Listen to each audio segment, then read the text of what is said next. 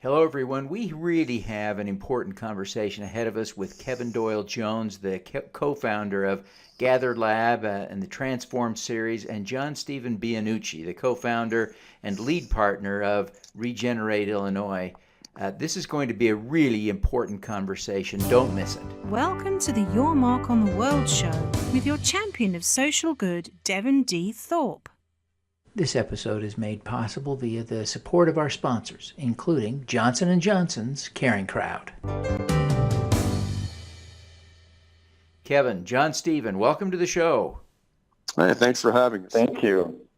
It's really a pleasure, and I think you guys are doing something really important in a very important space. But one of the things that I've slowly become aware of this year is regenerative agriculture and the role it will play in stemming or even reversing climate change by sequestering carbon. But the transition to regenerative agriculture is expensive, and you guys are playing a role in that. Kevin, explain how this works. Well, thank you. Yeah, it is really important. I mean, regenerative agriculture coupled with regenerative forestry is our best chance to respond at real scale to climate change and sequester carbon. But to make it work, it's not just an environmental problem. You also have to make it so the people who are doing this agriculture that takes longer, that sequesters carbon, that improves the topsoil, that makes the water cleaner and the air cleaner, can make enough money until they get there. So there's a timing problem that they have everywhere. I'm working with pine resin projects with the indigenous Purepecha Nation in Mexico, with the Hito Verde, that have that same kind of problem where it's 14 to 17% internal rate of return on pine resin, which is a massive industry, as big as cacao. And the indigenous wealth creation is phenomenal. In one village, we're working in 6,000 people, 900 hectares. They're going to make $49 million over the regenerative pine resin growth that they will have over 20 years. And it'll be massive carbon sequestration. But it only kicks in at 10 years. And so we're coming up with things like bonds. Kiva's given us their first 12-year loan to solve that problem. We're trying to do the same thing in the Midwest. We're kind of bringing what works with indigenous people to the Midwest. We're getting indigenous people involved in the cost and time it takes to convert to regenerative agriculture in Illinois. And then we're bringing both of those groups who are trying to solve that kind of problem, similar problem, right? They need culturally literate, slow money that can wait till harvest. We're bringing them together and going to do labs around them and help them learn from each other to solve these really big problems. Like, we have to figure out regenerative agriculture. We have to figure it out in Mexico. We have to figure it out in Illinois. And we have to figure it out in different ways. And so we're bringing people, collaborative groups, solving big problems around climate change in communities where we have to change the nature of capital. We have to deconstruct the value, the time value of money, and make it into patient, slow money that works for everybody. John Stephen, so we're trying to build something with them. John Stephen, how are you participating in this effort? What's the role of Regenerate Illinois? Devin, Regenerate Illinois is a stakeholder collaborative. We'll go back. It stemmed from my position as Director of Impact at Iroquois Valley Farmland REIT. That is a restorative farmland finance company, currently a $50 million company that supports 54 farms in 14 states. We have a $50 million direct public offering currently under SEC review. And all of the farmland that we purchase is transitioned to and maintained as USDA certified organic. So what we're doing is converting the dead soil monoculture, industrial agriculture, to organic and regenerative practices. There is the need for a food system to be built that can support organic farmers in a holistic way. And it's not the food system that has been supporting industrial agriculture all these years, meaning there's many gaps in the marketplace, there's many gaps in understanding. And so out of my work as Director of Impact at Iroquois Valley Farms, which is a triple bottom line company, and as Director of Impact, my responsibility is to maximize the environmental and the social or community bottom line. The environmental, we just covered. It's transitioning from a dead soil monoculture that poisons the earth to an organic, holistic one. The social or community bottom line, we serve our investor base. We have 400 investors across the country, and they expect returns on the triple bottom line. We're an impact investment. So where my theory is, where there is not community and there needs to be, and take initiative and build one. That's why I'm a co-founder and lead partner of Regenerate Illinois. We have instituted our first project, our first funded project to develop regenerative capacity. So that means we're doing network analysis of the whole marketplace, from farmer, producer, all the way to our fellow eaters. And there needs to be understanding, gaps need to be filled, people need to be brought together. We're going to have our first summit on March 14th, 2019 in Champaign, Urbana, Illinois. And we're working with agroforestry groups like the Savannah Institute, and we're working with Kevin and his Transform series to build capacity. So we have to develop capacity for regenerative farming, which means build a marketplace that supports a food system that's healthy for eaters and healthy for the planet instead of a poison delivery system. Now, I also have to go further and say that we use organic and regenerative, and it's still confusing. There's lots of definitions of what regenerative is.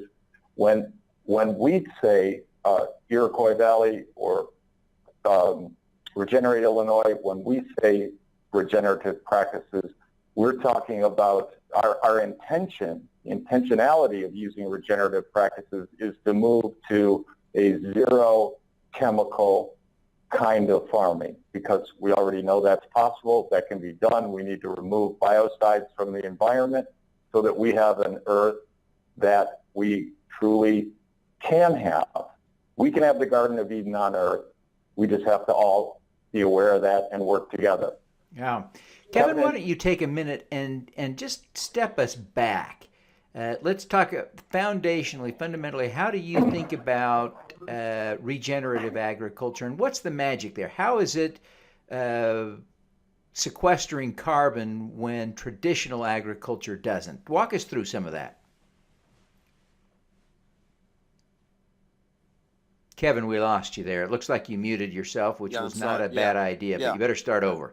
Okay, yeah. Regenerative agriculture sequesters carbon. So there's kind of like three phases, right? Organic is good, right? There's no pesticides coming off, no herbicides. Carbon smart farming is a step further, and you are sequestering carbon, but you're not, adding to the value and depth and biodiversity of the topsoil and all the organisms that are there. And so that is what makes the food healthier, because you have a healthy, set of bacteria around it, in a sense, rather than, something more sterile like purely climate smart. And then that makes the groundwater better, and that makes people healthier overall. So it results in community health, which is something hospitals are starting to fund these days. We're tied into folks working with Kaiser Hospital in Richmond on a regenerative project where they've turned over the food service for Kaiser hospitals to a community-led group that is resulting in being a real hive of food system businesses for the lower income, mostly African-American community of Richmond, but a lot of ownership that comes out of it, not just procurement. They can do procurement, but they're also spawning innovation and entrepreneurship. And so that's a model that can replicate a lot of different places, and that results, and it works because the hospitals save money if people with things like type 2 diabetes are healthier and don't come into the emergency room. So a type 2 diabetes grandmother, with bad legs can come into the hospital emergency room 8 times a year. And if you can reduce that to 2 times a year with a mix of diet and software, there's passive monitoring software like, Podiometric and other kinds of things like that. then you can save that hospital $60,000. So they can spend a lot because she's their most important customer, because they can be really profitable if they use their emergency room for, gunshot trauma and not chronic diseases. So they are willing to invest in the community because it makes their hospital more viable. And so you work with other anchor institutions who can do that, and then we can mutually insure ourselves and get the people engaged in it. But it becomes a problem of behavior change, right? Because you're asking people to pay forward on health, community health, which you as a mom pay more for your food until the organic and regenerative food is there. So you're paying your health forward. And so I'm going to be asking people like my good friend BJ Fogg, who runs the Center for Persuasive Technology at Stanford, how will you change behaviors like that? He has models of how they got Indian men to use condoms, or how they worked on cigarette minimizing in Eastern Europe. So we want to figure out what's the behavior change here. And we're also bringing in folks who work with Eleanor Ostrom on defining the best use of the commons. She won the Nobel Prize, proving that the commons is not a tragedy, but can be a pooled and shared resource if you manage it with certain design principles. I want them to look at this sharing health forward and say, how is that a pooled and shared resource? And these are the global leading researchers, a group called Pro-Social. And we're also bringing indigenous folks who want to be indigenous folks at the design of a model based on reciprocity of relationships. So, I'm bringing in players who can help and who can contribute, but the doers are John Stephen. I don't confuse myself that I'm just somebody who knows the project well enough to bring in some resources that might be helpful, but John Stephen's folks have to be the doers. And That's then great. We help market it and distribute the information. Great. So, John Stephen, why don't you take us back and help us understand how regenerative agriculture actually sequesters carbon when traditional agriculture does not? Regenerative agriculture does things like cover crops. Cover crops serve the purpose of keeping the soil covered at all times. Now, in conventional agriculture, you see fields of black or brown earth, and most of the year, at least half of the year, it's not covered. So the microorganisms take a beating from the sunshine in the summer. They get blown away with the wind, the soil erodes, the rain comes down, there's nothing to hold the soil aggregates together. So by using cover crops, either in between or actually during the growth of a crop, it creates deep root systems, and so the soil always has a root, and it's always covered above the soil. So that keeps soil from eroding. It improves the carbon cycle and the whole biologic cycle of the soil working together, and it creates a more stable, a more water retentive base of soil in which to grow crops. Minerals don't get leached away through flooding, and it increases the amount and ability for carbon to be sequestered. And actually, carbon is constantly cycled more than just being sequestered and stored. It's actually a carbon cycle. It's continually moving through it, but by cutting that off, by all the practices of industrial agriculture where you're taking everything off the soil, where you're constantly bombarding it with pesticides, which are biocides, fungicides, and herbicides, you lose all of the biodiversity in the soil. 25% of all biodiversity on Earth is in the soil. The soil is actually a subaquatic environment because the biologic activity happens in or between or on top of small, very thin layers of water. That's what helps the soil aggregates come together. We have almost no knowledge of what actually goes on in the soil.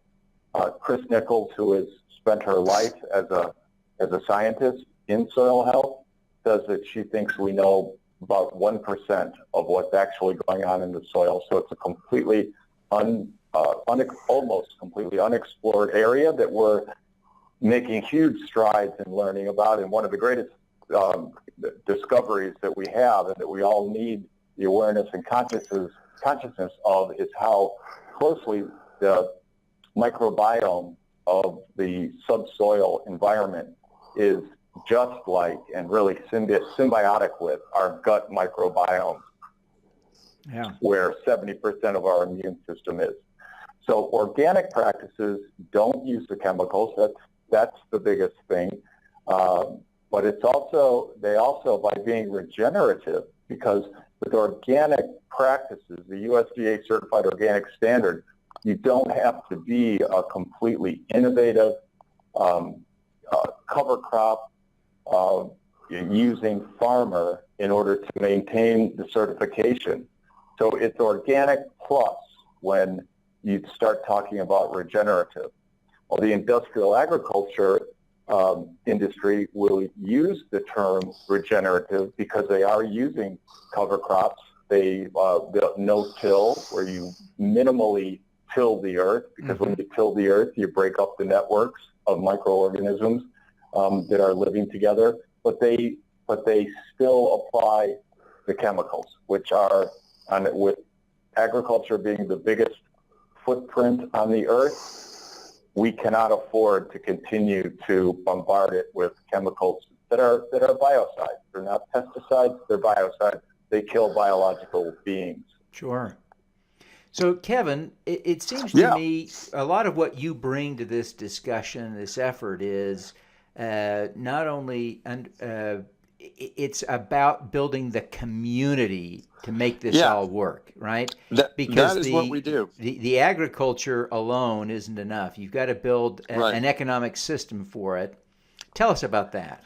Well, my first job was as a country weekly newspaper editor in the poorest county in Mississippi. And I was there for 7 years, and I'd grown up in the San Francisco Bay Area and met my wife, and her father was about to sell the county weekly newspaper in the Appalachian northeast corner of Mississippi, the two counties that are still part of the Cumberland Plateau and Appalachian Regional Commission. I said, well, how different can it be to be in an insular town of 2,500 in Appalachia compared to the Bay Area? So I went and tried.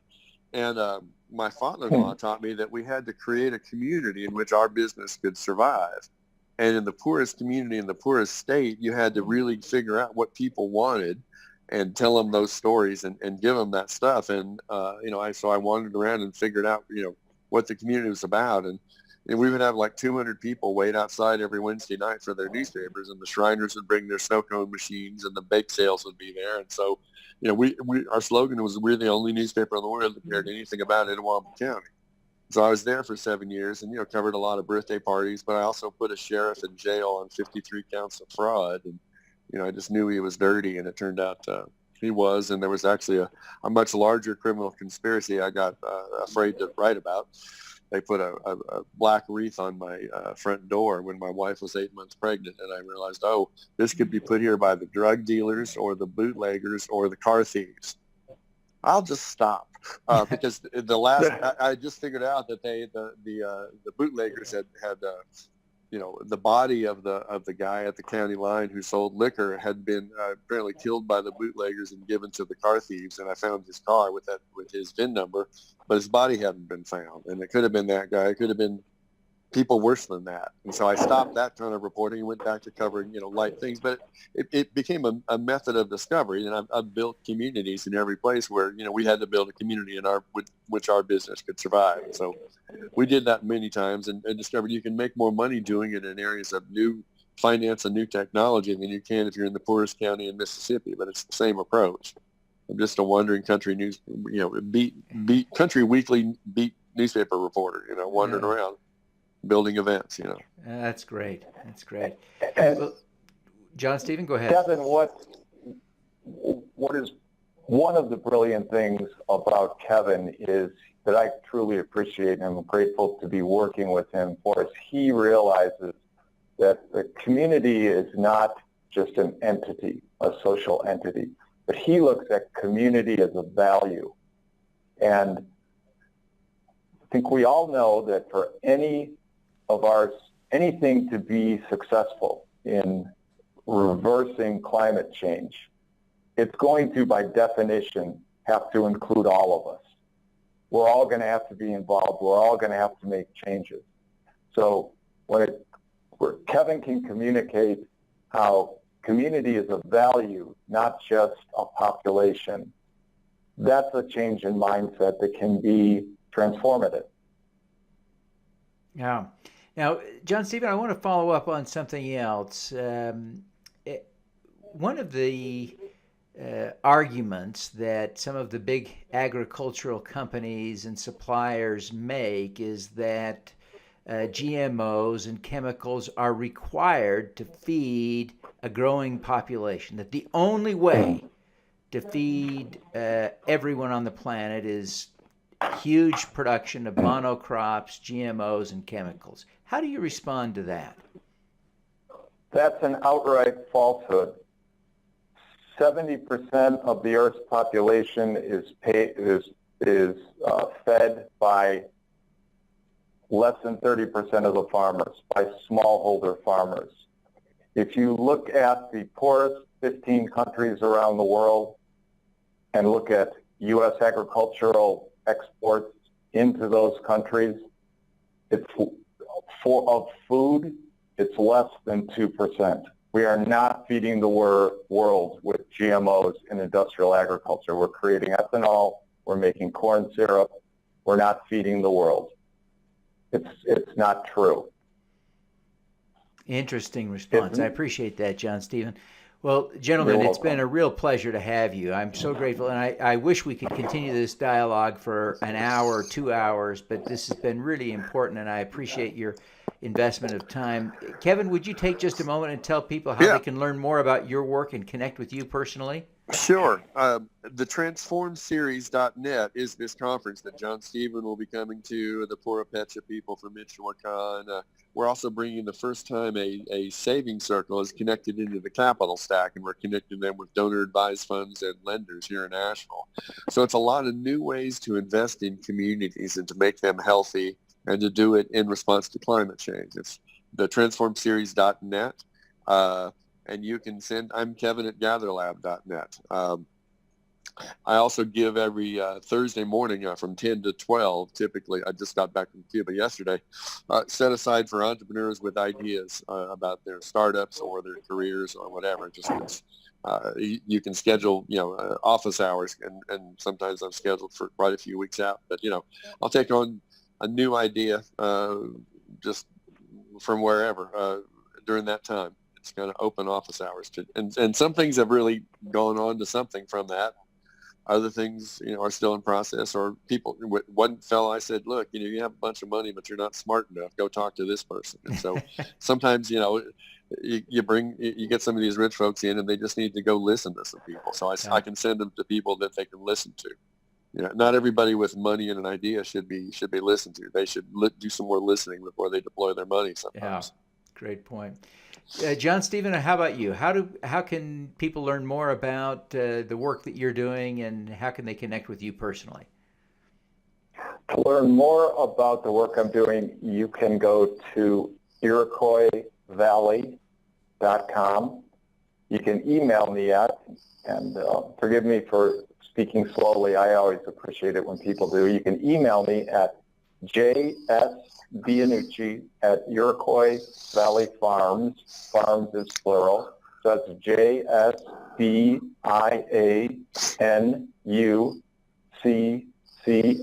at Iroquois Valley Farms. You can also learn more about Regenerate Illinois at regenerate.illinois.org. Fantastic. Well, gentlemen, thank you so much for taking the time to be with me today. It's been great to learn from you, and Devin, we wish you every success.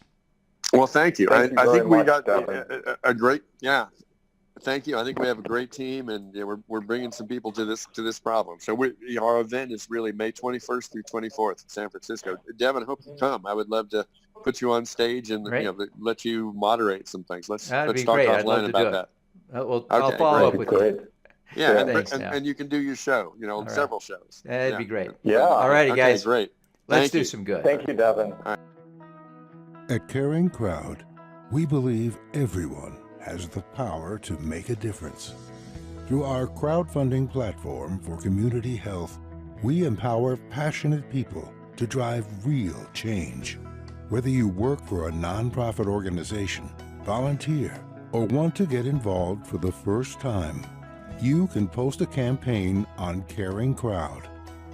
Join us, because caring is where change begins. Thank you for listening. Devin Thorpe's mission is to end extreme poverty, improve global health, and mitigate climate change before 2045 by finding and sharing the stories of those who are doing the most good. You can join with other listeners to accelerate Devin's mission by visiting helpdevin.org right now.